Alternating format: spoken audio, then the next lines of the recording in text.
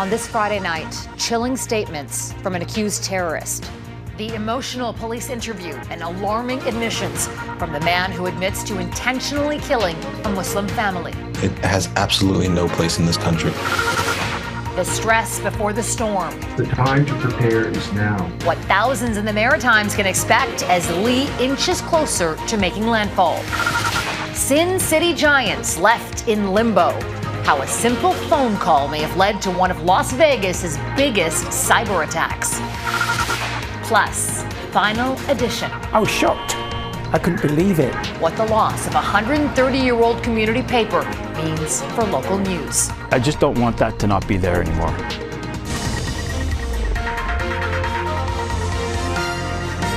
Global National with Farah Nasser. Good evening to you, and thanks for joining us.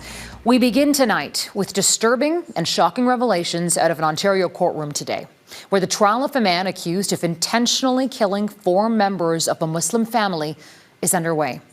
Salman Afzal, his wife Madiha Salman, their 15-year-old daughter Yumna, and her grandmother Talat Afzal were just out for a walk on a Sunday when they were hit and killed. The couple's 9-year-old son was the only one who survived the attack. He was seriously hurt. Today, the jury watched a video recording that was taken just hours after the attack, and in it, the accused tells a detective that he targeted the family, knowing they were Muslim, because of the clothes they were wearing. Mike Drolet has the story for us tonight, and we want to warn you before we show it to you that the details are very disturbing. London, Ontario had never seen such chaos until that fateful night in 2021. A family had been run over. 4 of the 5 people hit were killed, targeted, according to police, by a young white man who was surrounded and arrested in a mall parking lot. Video of Nathaniel Veltman's interrogation by London police hasn't been released publicly, but court heard his explanation in his own words. "I'm not planning on pleading insanity," he told police. "I want the world to know why I did what I did, so I'm just going to tell you." As he begins to tell police his story, he paints the picture of an angry white man getting drawn into far-right chat rooms, as he said himself, going down the rabbit hole.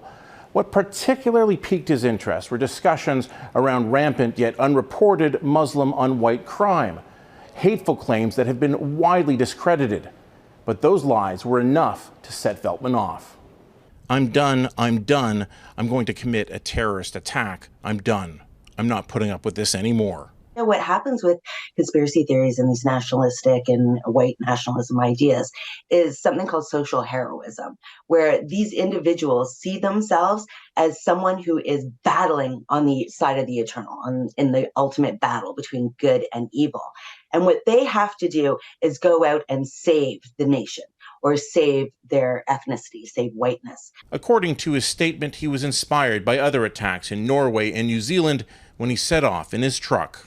When he saw the Afzals, he says he determined they were Muslim based on their clothes, and he says he hit the gas on his truck. "It was way easier than I thought it was going to be," he said.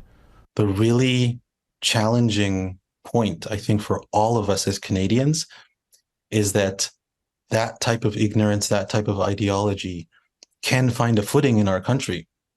As much as we love to be a caring and kind and welcoming country. Veltman told police he believes he is racist and claims everyone is. "I admit that it was terrorism," he said. "I admit it. I'm not going to try to get a lighter sentence by saying it was just murder, not terrorism." But it's not enough for him to say it. The jury has to believe he committed an act of terror to convict him. That's the jury's job. But for Canadians to come to terms with this horrific act is another matter entirely. Mike Drolet, Global News, Toronto. And we have in-depth reporting on this trial from Global News' Jacqueline Labelle on our website. Just go to globalnews.ca for more. In Alberta, compensation is coming for hundreds of families whose children got sick in an E. coli outbreak. Premier Danielle Smith says a one-time payment of $2,000 per child will be made available to parents with lost wages and additional childcare costs. There have been 337 lab-confirmed cases connected to the outbreak so far. 12 children are still in the hospital. 6 are on dialysis. Heather Yourex-West reports. It's unimaginable pain, and I'm heartbroken by what these families are going through. A rare show of emotion from the Alberta Premier, a day after the families of hundreds of E. coli-stricken children asked why Danielle Smith had not spoken publicly about the massive outbreak. With most patients under the age of 5, the severe symptoms and daily hospital visits have been traumatic. Alicia Loblaw says her son is struggling to cope. We had to drive past the hospital yesterday en route to somewhere else, and he had a little bit of a panic attack. Just, he thought we were going back there, and he was like, "Mommy, don't take me back. I don't want to go to the hospital. I don't want anyone to hurt me. I'm not sick anymore. Don't put anything in my arm."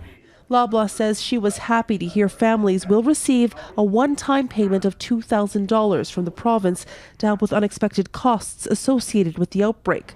The Premier also promising public health rules related to food safety will be improved. The source of the E. coli outbreak is still not known, though officials believe it came from a central kitchen operated by fueling mines. I acknowledge that there is some concern that this kitchen was able to continue to operate despite public health inspectors identifying a number of violations.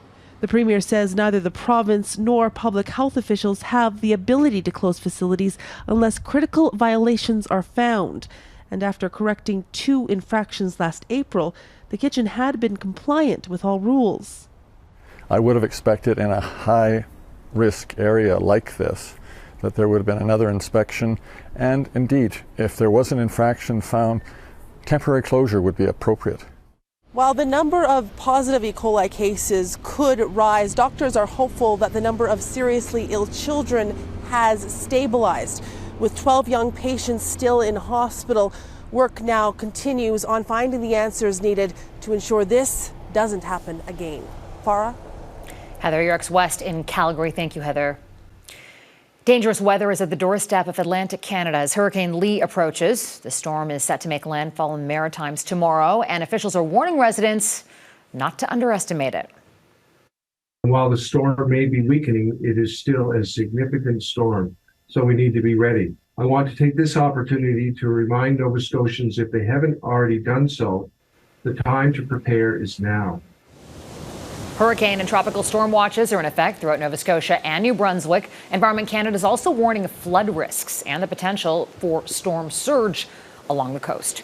Our Global News chief meteorologist Anthony Farnell is in Yarmouth, Nova Scotia tonight. Anthony, what's it like there right now?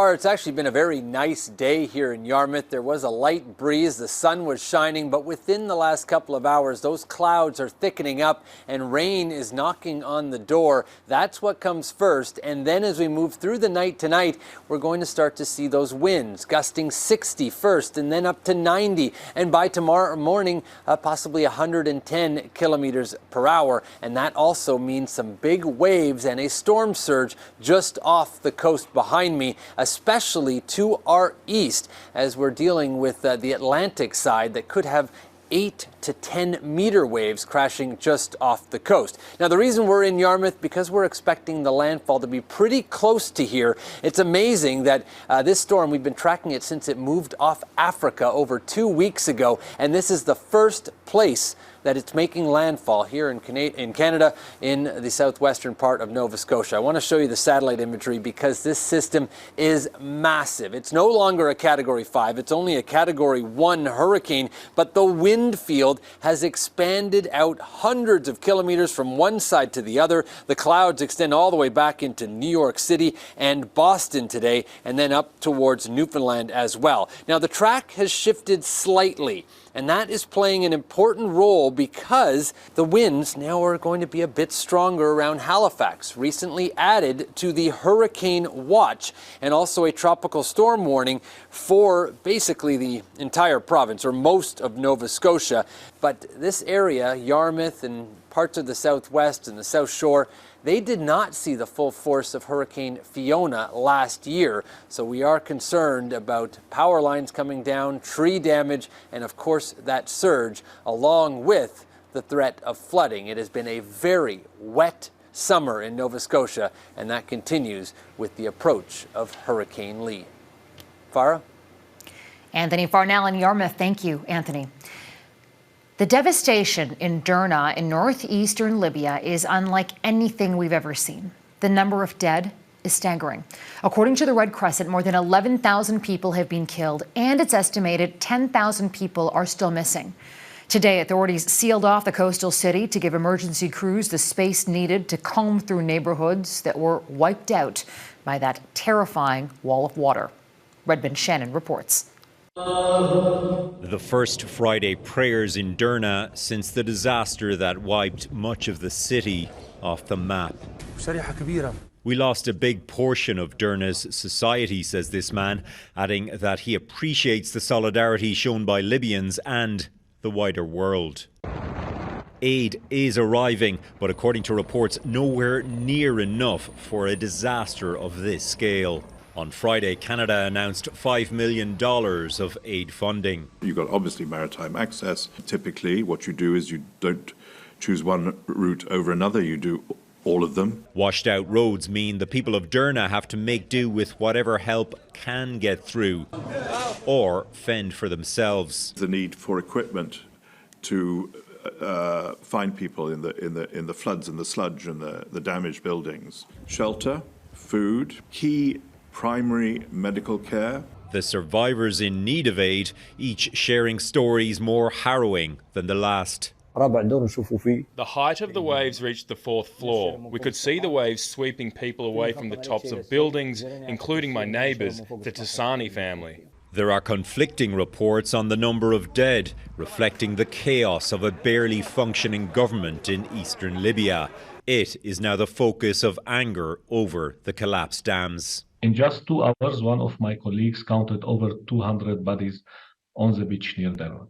This Red Crescent forensic expert says decomposing bodies do not pose a large health risk, and more time must be taken to coordinate mass burials. The efforts make it possible for loved one to later recover a body and have the closure of a private burial. They help prevent people from going missing forever. A lack of resources combined with a lack of proper leadership, potentially making an unimaginable disaster even worse. Redmond Shannon, Global News, London. As you saw in those images, Derna really does look like a war zone. And in many ways, what happened is a direct result of years of armed conflict and political chaos. Libya has been divided between two rival governments since the country's long-serving ruler, Muammar Gaddafi, was overthrown in 2011. And with little investment or upkeep, a powerful Mediterranean storm fueled by warmer waters exposed the fragility of the country's aging infrastructure. Eric Sorensen reports. A country often at war with itself, neglected infrastructure, and an unprecedented storm was a recipe for disaster in Derna. The Wadi River only periodically swells and floods. The dams built 50 years ago above Derna were the solution. But Libyan News in 2020 reported on heavy rains that destroyed roads. The infrastructure is really weak, said one man. Consecutive governments have neglected this, said another. What few seem to have foreseen is that the dams themselves could fail catastrophically from one storm. The storm first gathered strength over the warm waters of the Mediterranean and then turned eastward over Libya's Jebel Akhdar Mountains. A region that normally gets about 1 millimeter of rain in all of September received 400 millimeters in 24 hours. The upper dam was breached by more than 1 million cubic meters of water. Water rushed toward the lower dam, which held back 22 million cubic meters of water. The second dam failed, and torrents racing downhill, some 3 meters deep, wiped out whatever was in its way. It has something that we've never seen before. We were not used to this incident. We were not expecting it that way.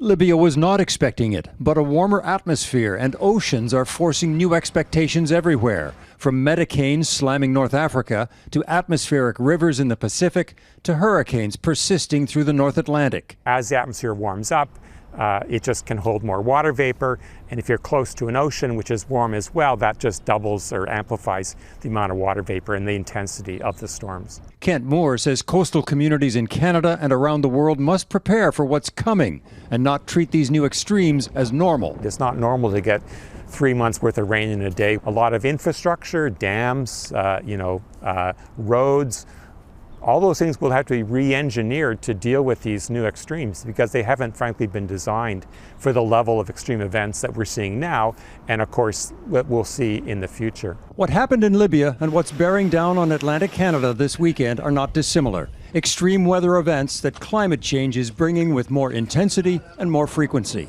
Eric Sorensen, Global News, Toronto. In Vegas, the house doesn't always win. Coming up, how hackers made off with a huge payday after targeting some of Sin City's biggest names.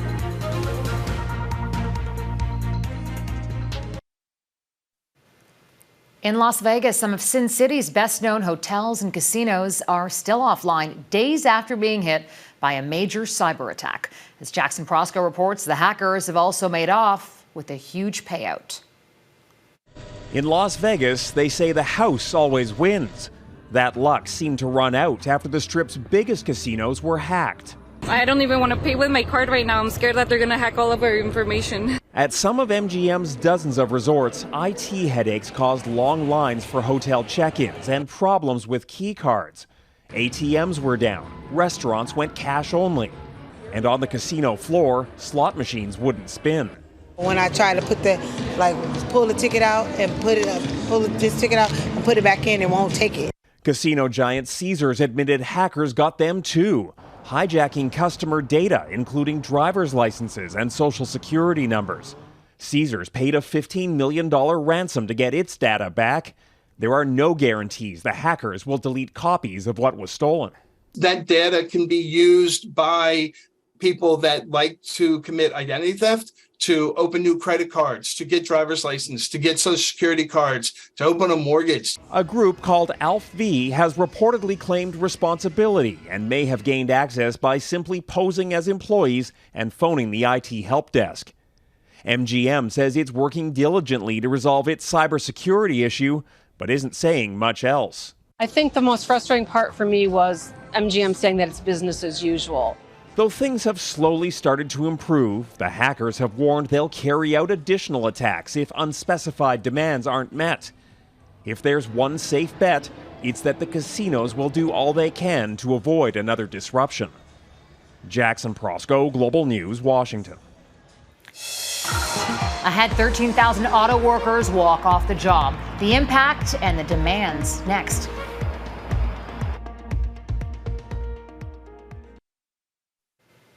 In the U.S., 13,000 auto workers have walked off the job, striking against the country's three biggest automakers. Members of the United Auto Workers Union began picketing last night after failing to reach deals with Ford, General Motors, and Stellantis. That's halted operations in 3 factories in 3 different states. It's the first time in the union's 88-year history that all 3 automakers have been targeted simultaneously. The union is demanding better pay, benefits, and job protection.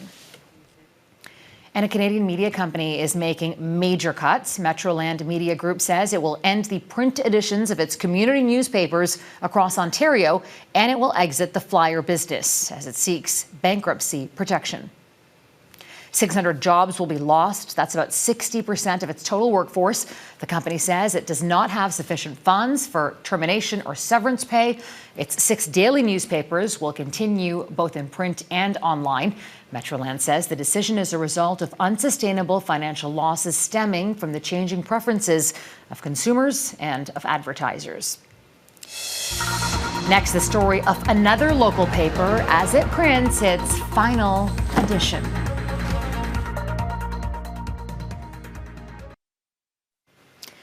It is the end of an era for our Canadian newspaper that's been publishing in Eastern Ontario for more than 130 years. The last edition of the Glengarry News was printed this week, and our Mike Armstrong was there. Ralph. The last week hit Steve Warburton harder and in a different way than he thought it would. Over 2 decades, he's done just about every job at the Glengarry News. But when he was told it was over, he says it wasn't the loss of the paycheck that hurt the most. I realized it's not just a job, like being the editor of this newspaper has become my identity. It's a sad day for me and for many people here at the Glengarry News. This was a Facebook video Warburton shot after putting the final touches on the final issue. An emotional tour of the paper's offices.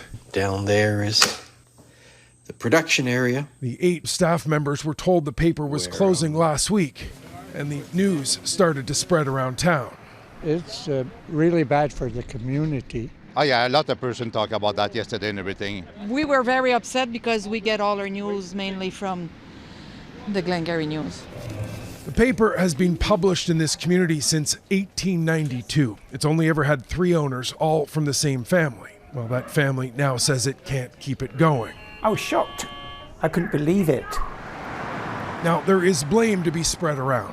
Government advertising has moved online, and big national advertising campaigns like car companies have dried up. Add to that a drop in readership. Warburton says young people don't connect with newspapers, although he did try. I would get pictures of them doing their Terry Fox runs or the school plays, basketball, volleyball. We would cover their hockey games as well, and I guess it just didn't catch on. Now, things like that are being covered less and less across Canada because there are fewer and fewer papers. In Ontario, over the last 15 years, about a third of community newspapers have shut down, turning towns and villages into what some have called news deserts. It's quite dangerous. It's dangerous for democracy. It's dangerous for the local community. It's dangerous for the sense of community as well. I just don't want that to not be there anymore. The local mayor says there are efforts underway to find new investors, someone or some way to get the paper up and running again. Goodbye, Glengarry News. Otherwise, this may be one of those situations. I love you. Where people don't know what they've got until it's gone. Mike Armstrong, Global News, Alexandria, Ontario. And that's Global National for this Friday night. I'm Farah Nasser. On behalf of our whole crew here, I want to thank you so much for spending part of your evening with us. Tonight's Your Canada is Moore Creek. It's near Madawaska, Ontario. Until tomorrow, take care of yourselves and take care of each other. Have a good night.